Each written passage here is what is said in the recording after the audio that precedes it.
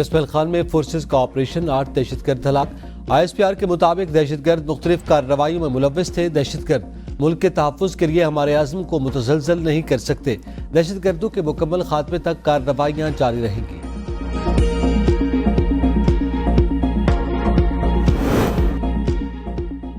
بھارتی وزیر دفاع راجناتھ کا پاکستان میں دہشت گردی کا اعتراف۔ کہا اگر بھارت مخالف کوئی شخص پاکستان میں جا کر پناہ لیتا تو ہم وہاں داخل ہو کر کارروائی کریں گے۔ CNN نیوز 18 کو دیے گئے انٹرویو میں بھارتی وزیر دفاع نے اپنی گیدڑ بھبکیوں میں کہا دہشت گردی کے خلاف کارروائیاں کریں گے۔ یہ بیان برطانوی اخبار گارڈین کی اس رپورٹ کے ایک روز بعد سامنے آیا جس میں کہا گیا تھا کہ بھارتی حکومت کے حکم پر پاکستان 20 افراد قتل کر دیے گئے۔ پاکستان نے چند روز پہلے بھارتی سفارت خانے کو پاکستان میں انڈین ریاستی دہشت گردی سے متعلق ڈوسیئر بھی دیا تھا۔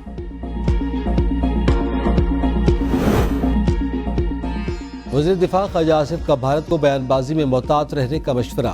بھارتی وزیر دفاع کے بیان پر رد عمل میں خواجہ آصف نے کہا چند سال قبل بھارت نے پاکستان میں گھس کر کارروائی کی تو انجام کیا ہوا؟ ہم نے بھارت کا جہاز گرایا تھا اور پائلٹ کو پکڑ کر خیرات میں واپس کیا تھا۔ دوبارہ ایسی کوشش کی تو وہی جواب دیں گے جو پہلے دیا تھا۔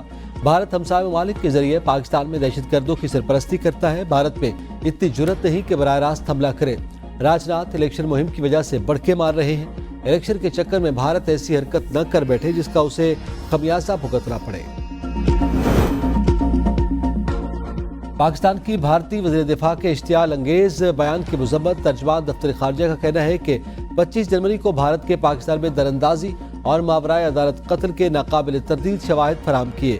یہ بھارت بین الاقوامی قتل عام کے مہم کی واضح ثبوت ہے۔ بھارت کا مزید شہریوں کو نشانہ بنانے کا دعویٰ واضح طور پر جرم کا اعتراف ہے۔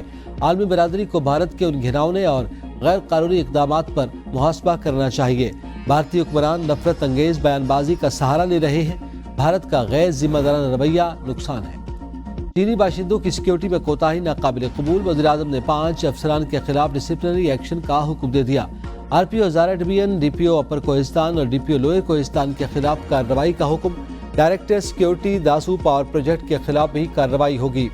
وزیر اطلاعات عطا تارڑ کہتے ہیں کہ ان افسروں کے خلاف 15 روز میں ڈسپلنری ایکشن لیا جائے گا۔ چینی باشندوں کی سیکیورٹی کو مزید سنجیدہ لیا جا رہا ہے۔ چینی شہریوں کو تحفظ ہماری اولین ترجیح ہے۔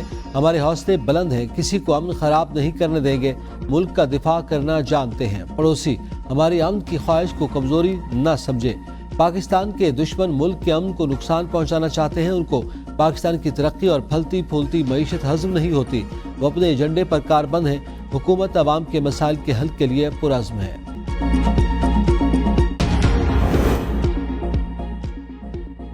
دشمن پاکستان کی ترقی اور خوشحالی نہیں چاہتا۔ شرپسند عناصر کے مذموم مقاصد ہرگز کامیاب نہیں ہونے دیں گے۔ وفاقی وزیر داخلہ محسن نقوی کا اجلاس سے خطاب۔ کہا غیر ملکیوں خصوصاً چینی شہریوں کا تحفظ اولین ذمہ داری ہے۔ حفاظت کے SOPs پر عمل درآمد کو یقینی بنایا جائے۔ وزیر داخلہ کی زیر صدارت اجلاس میں چینی شہریوں کے سیکیورٹی اقدامات کا تفصیلی جائزہ لیا گیا۔ وزیر داخلہ کی چینی شہریوں کی حفاظت کے لیے فول پروف اقدامات کرنے کی ہدایت۔ اجلاس میں غیر ملکیہ معاہدین خصوصاً چینی شہریوں کے تحفظ کے لیے کیے گئے انتظامات کے بارے میں بریفنگ دی گئی۔ وزیراعظم پہلے غیر ملکی دورے پر کچھ دیر بعد سعودی عرب روانہ ہوں گے۔ عمرے کی ادائیگی کے بعد وزیراعظم کی ولی عہد اور وزیراعظم شہزادہ محمد بن سلمان بن عبدالعزیز سے ملاقات بھی ہوگی۔ ملاقات کے دوران ریکارڈنگ پر سعودی عرب کی جانب سے $1 ارب کی سرمایہ کاری متوقع ہے۔ وزیراعظم کے دورہ سعودی عرب کے دوران مختلف ترقیاتی پروجیکٹس کو حتمی شکل دی جائے گی۔ وزیراعظم سعودی ولی عہد محمد بن سلمان کو دورہ پاکستان کی دعوت بھی دیں گے۔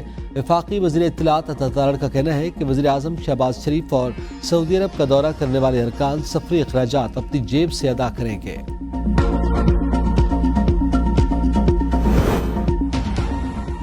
IMF کا کے الیکٹرک کے واجبات اور سبسڈی کا معاملہ جلد حل کرنے کا مطالبہ۔ پاور ڈویژن کے مطابق کے الیکٹرک کے ساتھ 2013 سے $66 ارب کا تنازع حل طلب ہے۔ کے الیکٹرک کو دی جانے والی سبسڈی حکومتی ڈیسکوز سے ڈبل ہے۔ کے الیکٹرک کی رقم گردشی قرض میں شامل ہونے کی وجہ سے اس پر بھاری سود ادا کرنا پڑتا ہے۔ IMF اس معاملے کو حل کر کے گردشی قرض میں کمی چاہتا ہے۔ کابینہ کی نجکاری کمیٹی کا آج ہونے والا اجلاس مؤخر۔ اجلاس میں نجکاری پالیسی کی تشکیل کی سمری پیش کی جانا تھی۔ نجکاری پروگرام کی موجودہ صورتحال کا جائزہ ایجنڈے میں شامل تھا۔ اجلاس میں نجکاری کے جاری پروگرام کی پیش رفت کا بھی جائزہ لیا جانا تھا۔